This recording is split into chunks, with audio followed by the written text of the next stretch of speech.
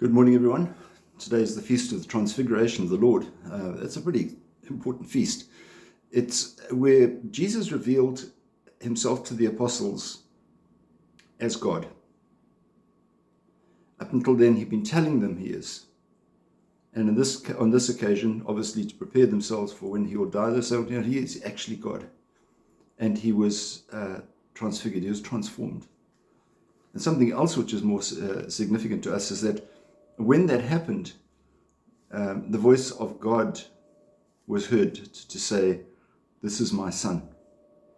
The only time that we heard that before was at the baptism of Jesus. So at the beginning of his ministry and closing in on the end of his ministry, we see the declaration that Jesus is God, the Son of God.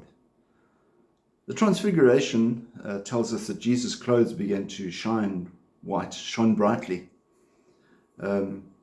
That's not just unique in the Bible. It happens in other places. For example, when Moses came down from getting the Ten Commandments, his face shone so brightly that he had to go inside a tent.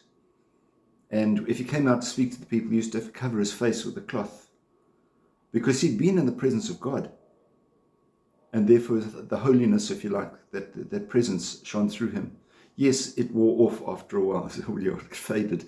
Not because there was any reason to fade, but he wasn't in the real presence of the Lord at the time. So when the apostles see Jesus shining like that, it isn't necessarily something that they are not that familiar with. In the prophet Daniel, it also talks about that he had a vision of thrones and one of great age.